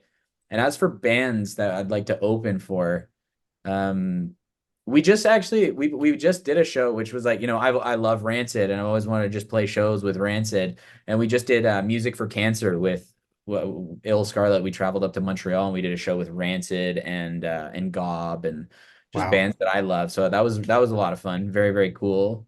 But we've opened for Sublime with Rome as well. So that's another one, being like a huge avid Sublime lover. So so you got to know the members of illScarlett, but was there like just a day where suddenly you're like, hey, can I jam with you guys? Or did they say, look, we haven't done shows in a long time, but we're thinking maybe we'd like to play shows again. Like you maybe as just a live performer with them. Like how did it all kind of manifest into you actually I becoming a I got member? a I got a call from Suave actually. He had my number. He gave me a ring, and he obviously we had been in contact with me as a singer of other bands, doing the opening and like ticket sales and things like that, and going back and forth, and then just hanging out. And he called me, and I remember him saying like, I know you're a singer and I know that you're a really good like rhythm guitar player, but can you like, you think you can do lead lines? And I was like, oh, awesome. Like here we go. I'll get my chance to go to the band practice and just rip it up and have some fun. So I just remember getting that call and I was like, oh, this is a fun opportunity. So I was like, and I honestly at that time I knew I could pull it off, but at the same time I was like, I'm not really like that well versed as just like a shredder. I'm not a shredder of a player. It's all feel for me. And I was like, oh yeah, I can do this. Let's do this, you know? And then I remember going over to Alex's place in the basement where the boys would jam and just hanging out with them and getting into the vibe of like their grooves and all that stuff. And we played NTF and there's a nice awesome solo in NTF, right? And I kind of had my own flair on it and did my own thing. And then I remember finishing it and Suave was like, "You're hired." And I was like, "Okay, perfect." That's the So best case scenario when someone says yes, that. exactly. I was like, okay, cool. So off to the races, and then we've just been gigging, on and off, and having a blast ever since. Yeah, And this was like 2013, 2014, or yeah, yeah. I think it was 2014, I think, because they had just put out the self-titled record that had just come out, and yeah, it was about that time, the self-titled record, and they were like, well, we're playing all these shows for it, and things happen with the other guitar players and just for many different reasons, and I just got the opportunity to come in and start playing. So I'm very grateful for that. And we did like a ton of shows that year just in support of that self-titled record. Um, yeah, and we've just been gigging on and off ever since. and do you remember the first time you heard illScarlett's music just as a fan? Yeah, actually. It's so funny, like going back in time and talking about all this stuff because it's like a trip down memory lane. It's very like nostalgic. But I coming back to the skateboarding days, I loved skateboarding and hanging out with the boys in Port Credit and going to the skate park there or in Clarkson. And I went to West 49 to buy a new deck, and Alex was working. Alex worked at the West 49 there, and he always had ill records. I think it was like ill P at the time that they were pushing in like their 2004 release. And I was just a kid. I got a new deck, and Alex actually put the grip tape on my skateboard. And I was chatting with him just as like a little rugrat, Oh, I love like punk rock. I love all this stuff. And he's like, well, check out my band. And then I think he actually put one of their songs on. And I remember hearing it in the West 49. And I was like, oh, this is sick. This is so cool. I love this music. This is totally like up my alley. So that was the first time, and it was actually from Alex himself doing the grip tape on my skateboard, throwing it on, and I was like, "This is rad. This is the cool vibe." And full circle for sure to be playing in bands. I was inspired by that, and just how cool he was with me, even as a young kid, just with the love of skate culture and all that stuff.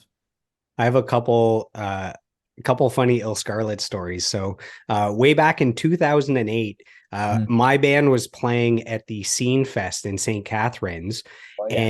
and I look at the bill now, and it's these bands kind of before they were big. So there was illScarlett, the Arkells, Silverstein, Lights, like a great lineup, but everyone Mhm. was like kind of on the come up back then. Um, Yeah. so I remember being excited, like, oh, illScarlett's on that bill. And then 3 days later, we opened for illScarlett back in Ottawa for Canada Day. So I remember it was this parking lot in between two buildings. It was just rammed, and it was us and then illScarlett. So I got to know them there. Years later, I've moved to Mississauga. I'm hosting all these open mics, and the open mics I did at Boston Pizza were like packed, like hundreds and hundreds of people, crazy. And I remember I just reached out to, I think, Suave, and I said, hey, I host these open mics. There's automatically a crowd of like 400 people. I have all the equipment set up. Would you guys want to be a special guest? You can literally, I think Suave lived almost walking distance from Square One. I could be wrong. And I'm like, you guys can literally just show up, play to 400 people, and then Yeah. leave after. And uh, and they said yes. I was like, holy crap, this is amazing. And I remember they played, and it's like people were standing on tables, like it was the craziest thing ever. So that's where I kind of reconnected with them years later. Awesome. And then eventually I had, I started the podcast 4 years ago. I've had Suave on twice. So I've done 4 hours of interviews with Suave. And it brings us all the way to a few weeks ago. You guys played here in Ottawa and I came out. I was able to connect with you again, connect with Suave again. So I have a little bit of illScarlett random history going on over the last, I don't know, 10 plus years as well. So Yeah, it's so cool. I love hearing that. And I actually remember that. I was at that Boston Pizza show. And I remember just like Animal Kingdom chaos of just ill popping in and playing. And I think it was probably Doherty had a condo by Square One. So John Doherty, the bass I player. guess everyone was hanging out there and then they just walked Yeah. over or something. Yeah, totally. But I love that, like, even at that time and like a good like heightened pinnacle of that of illScarlett, just being like, man, let's do this. Let's play. And just like that's always been their vibe as well, even with playing for the Warped Tour lineup and that being like a big break for the band and getting a lot of attention. It's like let's just get, down and dirty and play the music. They were So like a band for the people. yeah, that's it, man. And that's why still to this day, when we're at the shows, like the fans are so diehard because it's this like kind of cult following thing. It's a band for the people. That's what it always feels that way. And yeah, I wouldn't have it any other way, man. It's so rad. I forgot about this until right now, but so illScarlett just used all our equipment and at the last minute, Alex is like, hey, can I use your acoustic guitar? I'm like, yeah, sure. So in the pictures of them playing, like it looks amazing.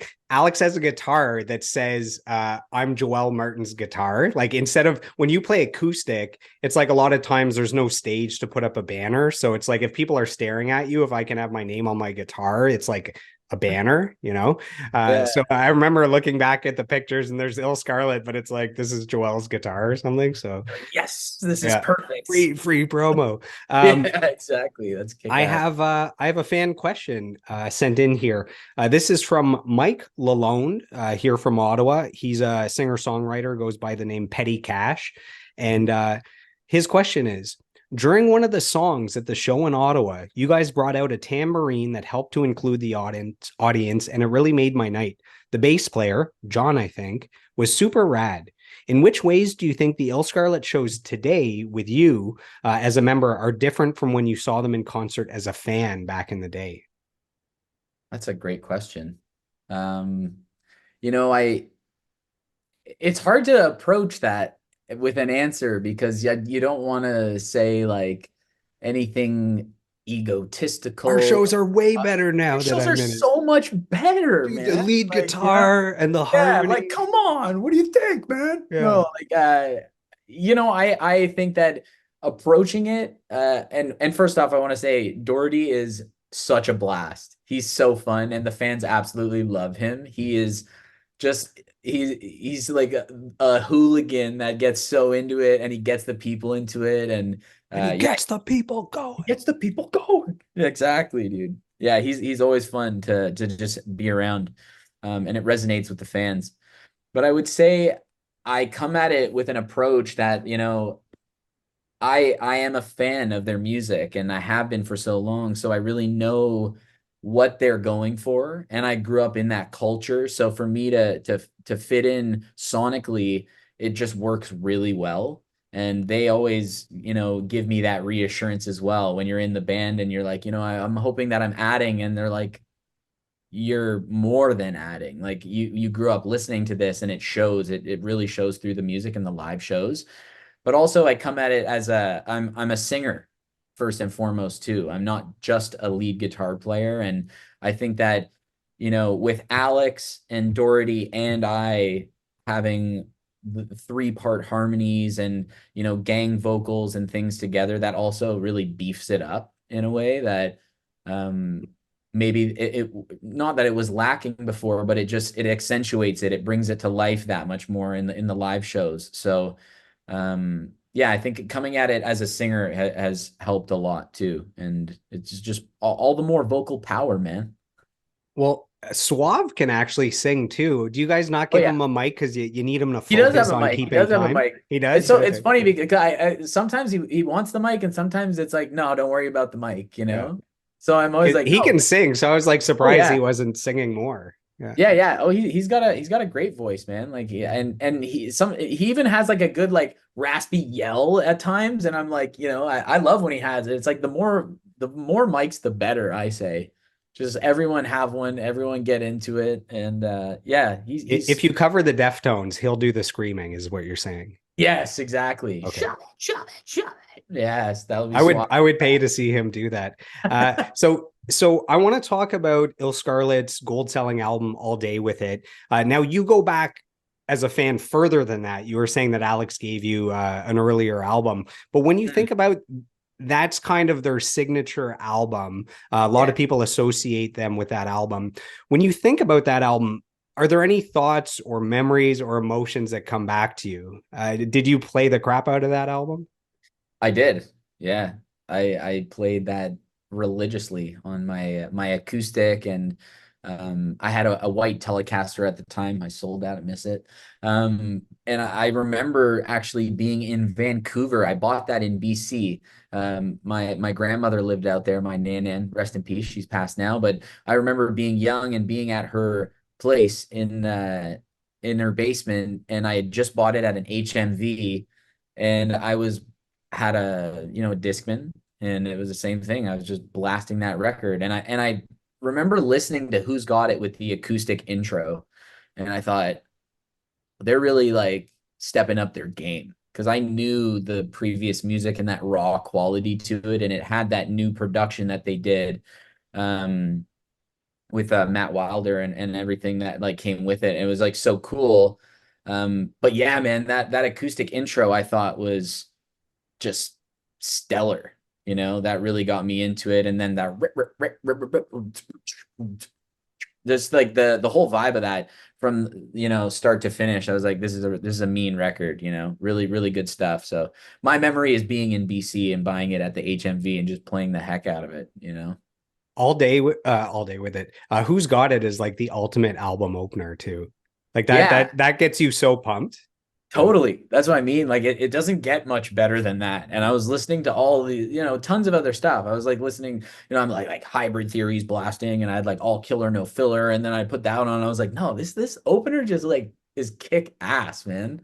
It was so cool. The great vibe to it for sure, with the scratching perfectly, and yeah, it Do was you good. do you remember for the Ottawa show? Do you remember where you played Who's Got It in the set? I feel like it was in the first like three or four songs. I thought it was pretty early in the We set. usually just start the show with it. That might So have been it. I keep it remember at it that coming on. upbeat. I'm like, yeah, here we Yeah, are. exactly. Gets the people going. Yeah, Yeah. it's suave, usually just with the big beat right away. And then we just kind of have fun from there. So Actually, now that we're talking about that, I have a fan question I was going to ask later, but it ties in with this. So this is from Shanty Josie. Uh, she asks, I remember during the Ottawa show at the Brass Monkey that the whole crowd turned into a mosh pit at one point. Is there a song that you like to play at the very start of your concerts that you know will get the crowd going? So yes. Uh Clearer Now.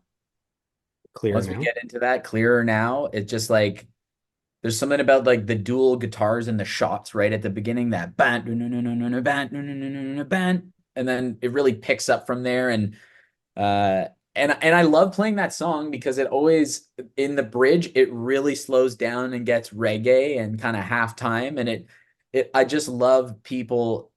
I love watching the people see that transition as it's happening, and it really mellows out and gets all wavy and islandy, and it's just so cool. But throughout that whole song, it's pure punk rock. It's pure ska punk in the verses, and some really cool guitar work between Alex hitting those like main chords and me hitting all the octaves with it, and it just has a depth to it.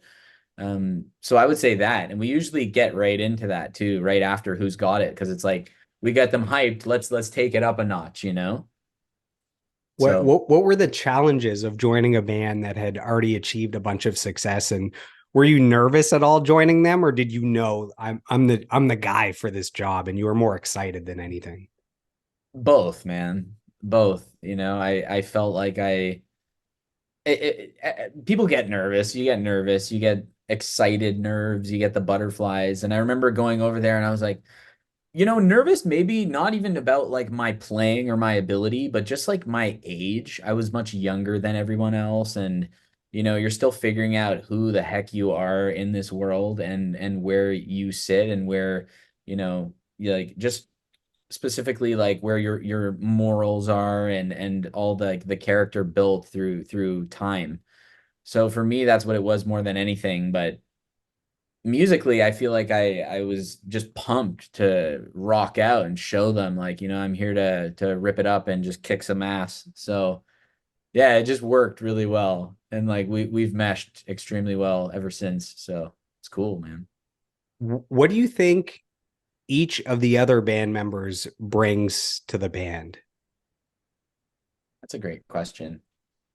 I know it's hard to talk nice about fellow band members sometimes, but No, no, do your I best. like love all those guys and for so many different reasons. And I think that there's a really cool dynamic between all of us. And I would say, creatively, like Suave is really, really talented at coming up with incredible chord structures, and he does his own production with really cool beats, and he's got a good ear for um some hip hop tinges that just come into everything, and I love that. And um just a great songwriter as well, and the master of the beats. And Alex, I think, is a phenomenal lyricist. When he gets rolling, it's like forced to be reckoned with. He's very poetic in his ways, and he's methodical about every word and the structures, and I really respect that as a songwriter myself, a lyricist, and that's really cool. And Doherty is just he's such a feel, like when he's playing and his energy and everything. And in terms of like just vibes of everyone, you know like Doherty brings such a fun element to everything, and he's always making everybody laugh. It's like nonstop laughter when he's around, and I think that's really good when you're on the road. You have to have that, breaks the monotony of just like sitting there and being like, oh, we're in the van for another 6 hours, or we're here or there. And that's something to be said as well. He's just a really funny guy. And Suave also, I think, is really good at, currently organizing things. We're all over the place a lot of the time, and Suave does a really good job of keeping things organized. And Alex is just like he's a witty guy. He's got really good like one-liners. He's a funny guy. He's a smart dude. So it's cool dynamic. I wonder if Suave's organizational skills have to do with having the Pure fam, with having the two young girls there and having to keep Sure. everyone organized and in line. Yeah, exactly. All the video editing that goes along with it and coming up with ideas. And I'm sure that's played a huge role in it. And his ability to, keep everything sequentially in order and just be on top of all of it. It's a great quality to have. So thanks, Suave. Appreciate it, dude. So we have some kind words sent in from the big man on campus himself. This is from illScarlett drummer Suave Pure. Suave says, Jake's a weapon. Not only has he brought a new, younger energy into the band with his overall music skill, but he's also a 2-degree black belt. So it's an additional level of security, LOL. But in all seriousness, Jaker started out as a fan of ill and used to open shows for us with his high school band. And fast forward a decade from our start, he ended up the lead guitarist and now also a co-writer on the new music coming this June. So there's some breaking news. We haven't released any original music since 2014, but on June 21st, our first song, Keep On Going, has Jake all over it. Full EP will be out in September. Exact date, TBA. So breaking news from Suave. That was a very nice message. Whoop, whoop, whoop. Very cool, my man. I love that. And yeah, I like being called a weapon. That sounds pretty cool. I love that. Musical weapon, martial arts weapon. Here, Been called worse for sure. yeah, oh, for sure, no doubt about it. Here to protect the sonic, like youthful energy of the band, as well as keep self-defense at all times when need be. Yeah, we Oh, hire one security guard less at every show because Jake's in the band. yes, exactly. That's awesome. That's hilarious. But yeah, new music is coming, and we've been just chipping away at it over time, and having a lot of fun just putting my creativity into this project and, seeing it come to life again in a new way. And yeah, it's been really rad, man. For the diehard illScarlett fans, is there anything else you can tell us about the new music? Do we know if it's an EP, a full length, where it was recorded? Is there anything you can give? You don't have to say anything, but I have to ask on behalf of the people. Yeah, no, that's cool. That's cool. I mean, I don't know still, like, like I said, Suave is kind of like keeping it all organized and doing all that stuff. We're just having a lot of fun being creative on it and recording it. But we're doing it out in Caster Center with Matt Drake. So it was nice that Matty had kind words for me. Of course, I've done a lot of recording with him with previous bands, but we're diving into it's probably going to be an EP. Um, there's about 4 songs totally recorded, and there's a bunch of other recordings that are just semi in the works that are almost done. And we're doing it in Caster Center with him, and he lives out there with his partner Sky Sweetnam as well.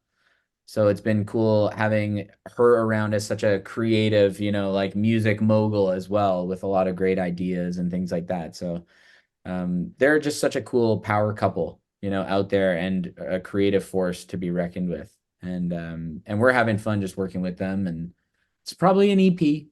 You'll see June 21st. The song is fantastic. We're excited to get it out. It's got, stuff that the diehard fans will really resonate with based on just the good reggae feel. And I think that it also has a polished quality to it, with the production, and we'll bring in some new fans as well. Like, it's time for some new illScarlett music, man. Like, people want to hear it, and this vibe is, it's such a good feel. There needs to be more of this kind of stuff all over the place. So it's nice that we get to deliver it. So let's talk about the illScarlett tour. So you guys have done a bunch of shows. There's more shows coming up in June and July. So we have Calgary, Fort Mac, Edmonton, Toronto. How good does it feel that the band is playing live again? How have the shows gone so far? Are there any highlights? The shows have been stellar, man.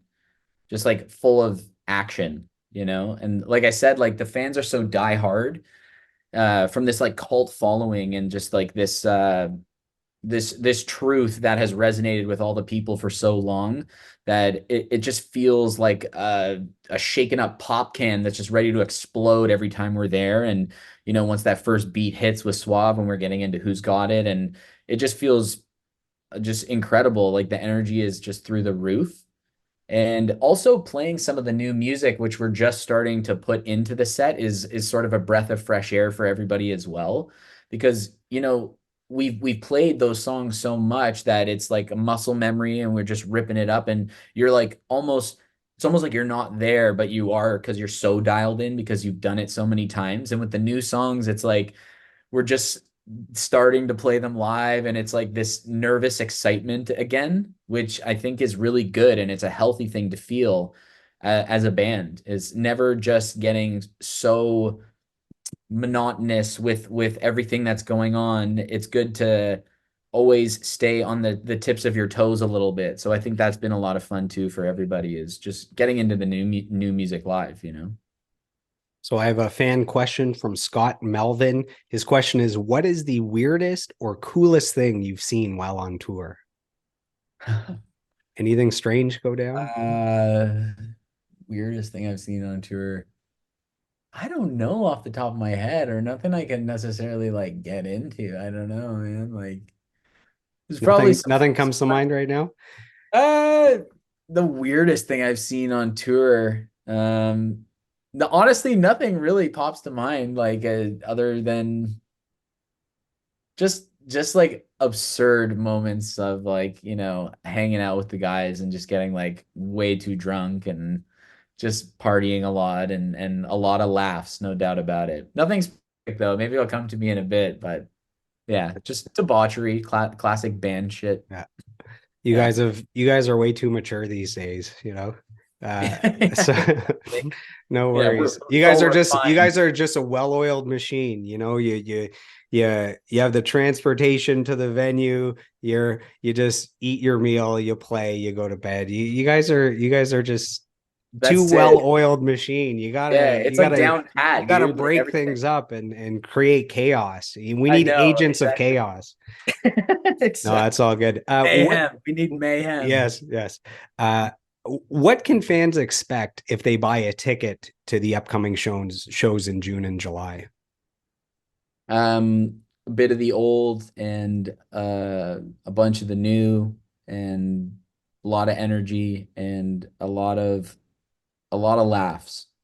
We seem to be just having a lot of fun right now, and I know for me, it's really exciting to be gigging again with them and feeling that power and that ill brings and the vibes and the grooves. But I think it's also really refreshing for the original members to be playing again and having them reconnect. And I'm sure they've missed each other so much over those courses where they weren't gigging, and it brings back all of their youth and their memories as well in this new fun way. So a lot of laughs. Just get ready for a wicked show, and it's sort of like illScarlett, 2.0, and just having a wicked time. So It's all good vibes. So I've mentioned a few times I was at the Ottawa show a few weeks ago. It was packed. The band was great. The crowd was into it. There was some moshing. There was some crowd surfing. I hear that the Montreal show the date before was just as good, if not better. And one of the highlights from the night I was there is very early on, within the first 3 to 5 songs, suddenly I remember there's a sign that says no crowd surfing. So you're like, okay, well, there's going to be no crowd surfing. And then not only was there crowd surfing, but it was a guy in a wheelchair that was crowd surfing, which you don't see very often. And the crowd was losing it. Everyone is there, like, there's like 30 hands making sure that he's safe. He's rocking out. You can see the moment where each band member sees him and is like, "Oh shit, what is this? This is Yeah, crazy." this is really And happening. and I did my research and I found this guy, and Mhm. his name is Super Kyle, and he crowd surfs at shows to show people that anything is possible, that you don't let your limitations, hold you back. So he's out there showing that he can do anything that he sets his heart to. And I have a quote from Kyle, the Super Kyle, the amazing crowd surfing wheelchair dude. He Yes. says, illScarlett is a band filled with amazing human beings who just happen to be good at playing music. With all of the venues, here's his question: with all of the venues and all the amazing people I'm sure you've gotten to meet, what is the best way that you feel that you can impact communities that you visit outside of your music? So not just coming to, say, Ottawa and playing music that gives people a release and they feel good, and it's brings them back to when they fell in love with illScarlett or they love the new music. So forget about the music. Is there anything that you guys can do as a band that helps to have an impact on communities? I guess he's trying to raise awareness that we could all be doing more, maybe. Yeah, I mean, I loved that, by the way. That moment was so cool with Kyle and everyone holding him up and supporting him, and during Nothing Special as well was like a really impactful moment with that song specifically. Um, and I think, outside of just like the live performance and like resonating with people and improvements in their life, it could just be, you know, what I think works is what he said. It's like we're just a bunch of guys who love playing music, and when people get that resonance from us, it's like, you can take that home. You can be good with the people you love and sort of pass along that love. It's sort of like this frequency, it's this vibration, and bring it home to the loved ones at home, to your work colleagues, to everything you do in life, really. It doesn't need to just be like a punk rock night. It can be a true feeling, like I said, this frequency that you feel inside that's resonating, and just pass it along to the next people. So yeah, bring it into every avenue of your life, and don't just settle for one night. Like, let that feeling build inside you and pass it along. And we're just regular guys playing music, and if we can, get on stage and have some fun, then you can also find your discipline and go chase your dream and do everything that you would love to do in your life as well. While you're on tour, Mhm. if you could request your dream rider, you could have anything you want at every show. Uh, Forget about price. What would you put on your rider? Like for me, I love Red Bull, I love pizza, I love whatever. I would build up this rider. Can you think of anything that you would just love to have at every stop of a tour? Free Uh, free masseuse, free this, oh free yeah, I mean yeah. for sure. If we can have that too, or if we'll go there, yeah, like massage before. I want a full spa treatment. Um, Cucumbers on the Yeah, eyes. I want like a full like mini movie theater with popcorn and candies and stuff. Um, no, I'm pretty simple. Like cold cuts, man. Cold cuts, hummus, just some veggies to dip. And I recently like my girlfriend's got me onto like real fruit snacks, just those gummies. They're incredible. Like I'm a candy guy. Like I'm simple. Maybe a bottle of Jameson for the lads and some cold ones, and then Perfect. it's off to it. We have a fan question. This is from Jenny Mack.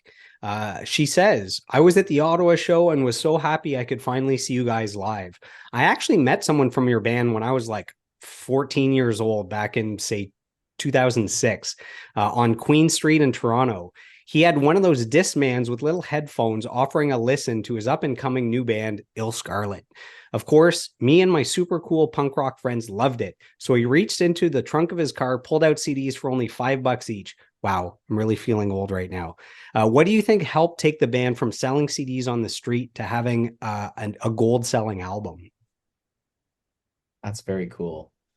Um, I think that a big break for the band was obviously that Warp Tour lineup and getting on the Warp Tour because Kevin Lyman saw that and he just thought like, oh, that's so rad. That's kick ass that a band For the is. people that don't know the story, they were outside of the venue playing, right? Yeah, exactly. They were outside the venue just playing for the whole lineup that waiting to go inside. And they're like, let's get a generator, let's set up and let's just like tear up a fun set. And I think that, yeah, the story being that Kevin Lyman thought that was so cool. He asked them to play the barbecue after, and then they just played for hours and hours till like, their hands are bleeding and they're losing their voices and stuff like that, and just playing for all these other bands too, which is really cool. And I think that was a good opportunity for Ill.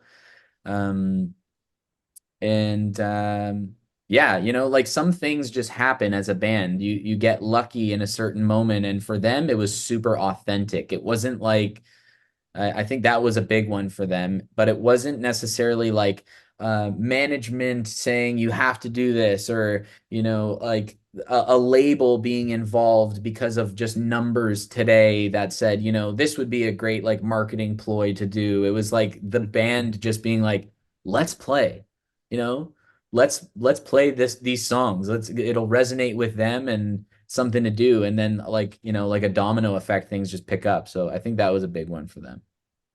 Do you have a favorite illScarlett song to play live? Like when you look at, you're on stage, you haven't started yet, you look at the set list. Do you get to one song where you're like, oh man, I can't wait until that one happens? Yeah. I mean, there's a lot of songs like that, to be honest. I've been like having fun with the whole set right now. It just feels so good just to play and like rip up these songs. But I really like NTF selfishly because I have a wicked Just that solo. guitar I just solo? get to Yeah. rip that solo and it just feels so good to do it.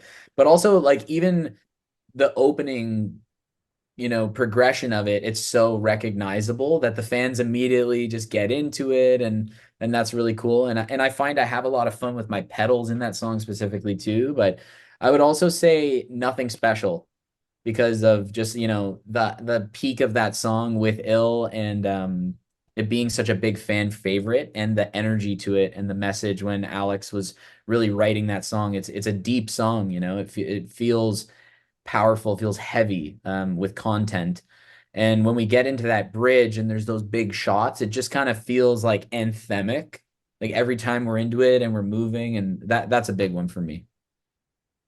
Now I have a quote here from one of the bands that opened for you guys in Ottawa. So this is from Ian Nichols, bass and vocals for the band Double Experience. So he says, Jake and the whole band were absolute pros. We've done a lot of touring with different packages and runs. Jake and the band were some of the nicest, most welcoming guys we've met. No warm-up period, just instantly welcoming. Would play with them again in a heartbeat if ever they asked. Excellent musicians, wonderful people, and Jake specifically was amazing. Such a talent. So that's from Ian. That's incredible. Thank you, Ian. That's really nice to hear, man. Like it's always so nice, like getting compliments like that. You don't know how to take it. I'm gonna soak that up and live with it for the next 48 hours, Ian. Thank you so much, man. Appreciate it. So you were there for the moment where I was walking out of the venue. I saw you, and I was like, Jake, man, how's it going? Great show. And then a guy's like, Joel, and I turn, and it was Ian. And I actually, way back in the day, like 15 plus years ago, my band used to play with Ian's band, and I haven't seen him since then until this show. And he used to be really skinny with long hair, and now he's got the shaved head. Like, I didn't even recognize him. I thought he looked kind of familiar on stage, but I couldn't place it. And he's like, oh, I saw your name on the guest list. I knew you were coming. And I hadn't seen him in forever. So because of that show, I saw him there. We reconnected and we've been talking. So it's kind of funny. I love that. The evolution of the hair, of the flow. Yeah. Some people, the hair is getting longer. Some of us, the hair is getting shorter. But exactly. What else do we got here? Oh, we have, as we wrap up, I have a few more questions here. So this is from Isaac Wild. His question is, what is the most enlightening, transcendental, or life-changing epiphany you've ever had? Serious question for a man who is known to look within. So that's Isaac Wild. I love that Isaac's asking that. A lot of good conversations with Isaac over the years. I've had some moments for sure in my journey. I do a lot of I love spiritual practice. It's not something I usually get super into with like conversation because it can just go on and the circle goes and it's like the wheel of samsara keeps spinning. But I would say I do like to look deep within. I've been through a lot, like I said, with the ups and downs in my life. And I've played many games with SSRIs and all the medications that go with it. And sometimes that just led me to a place where I just felt stuck still. So, keeping a long story short, for me, I transitioned over to psilocybin, which was fungi, mushrooms, and I've had many experiences in the world of mushrooms and not to be whoopy or whoopla or strange or whatever it is, but for me, I'm a practitioner of it, and I'll go deep and I'll sit there and I'll meditate for hours and hours and just find a place for me. So it's not just one experience for me. It's many experiences, but I think that there's a lot of great reads that you can look into, and a big part of it for me also when it comes to that world is like, you don't have to keep doing it. Like it starts with that, maybe like you have a really transcendental experience because of that psilocybin or because of something. But, a great quote from Alan Watts is like, when you get the message, hang up the phone. You don't have to keep going. Then the self journey begins. You can work towards that as well. And work hard and seek no merit. And then things just come in abundance. That's a good line there. That's from Lao Tzu in the Tao Te Ching. They're dropping knowledge. I like it. Yeah. Have you done microdosing as well, or is it usually the higher doses? Both. Yeah. Both. Okay. Yeah, but microdosing now. I mean, like I still have like lots of fun little excursions with some of my buds from my old coworkers, and we'll go away for a weekend and we'll get pretty into it. But a little microdosing here and there, keeps me sharp. So we're gonna go. It's funny, this is the worst transition in the entire interview, but we're gonna go from the most enlightened question to the most vulgar. Good, yeah. Because we're coming to the end. So I was like, I'll save this for the end just to not derail the entire interview right off the bat. So I love it, man. So this is from Joseph Janicus. I probably butchered the last name. His question is marry, fuck, kill, Spice Girls edition. Oh my God, that's so great, Joseph. So you can answer that in any way you see fit. Um, oh God. Mary scary because she's so scary, she'll probably kill you. Um, fuck baby because smoking hot blonde. Um, kill posh because just because. Just because, leave it at that. If That's you could hilarious. if you could sit down for a conversation with anybody, who would it be and why? Um, I mean, in terms of like the enlightened stuff and the spiritual practice, I rest in peace, Ram Dass. He was a great practitioner who was like a Harvard professor who got fired for many reasons and went on to do a lot of lectures. So for me, I would like to sit down and talk with Ram Dass, who passed away a few years back. Unfortunately, rest in peace. But that would be cool for me. And I mean, musically, maybe like Rick Rubin, because I just find him to be fascinating and also on his spiritual journey, but musically. So that would be cool. Have you read any of the Ram Dass books? I think it's Yeah.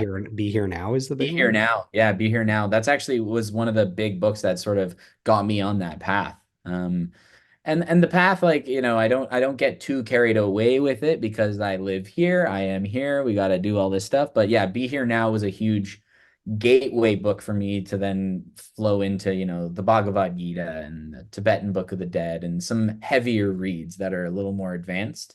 But Be Here Now was a big one for me. Yeah. So we're down to the final few questions. These are a little deeper, a little more difficult. Are you ready? Are you ready for these? I think so. Yeah. So when you look back on your life and career, what are you most proud of and what are you most grateful for? Grateful for the opportunity to play with, one of my all-time favorite bands growing up and how that has just been such a cool experience. Um, and I'm proud of the fact that I haven't given up. Never give up. Just keep playing and, you know, that's the main message. Just don't give up. Stay focused, stay disciplined, and remember to have fun. That's it. And if you could sit down next to your 10-year-old self and you could whisper words of advice, so taking all the life lessons and mentorship and personal growth and experience, everything from 10 until now, if you could take that and whisper words of advice to cute little Jake, 10 years old, sitting there to help guide him through this difficult life, what would you say? Just breathe, stay calm, be nice. There you go. Keep it Yeah, simple.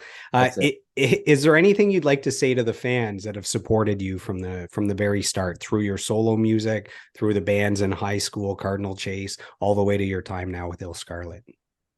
Sorry, what was that? Just the band, the fans of the band, or the? Yeah, the fans that have supported you over the years. Anything you'd like to say to them that are listening now?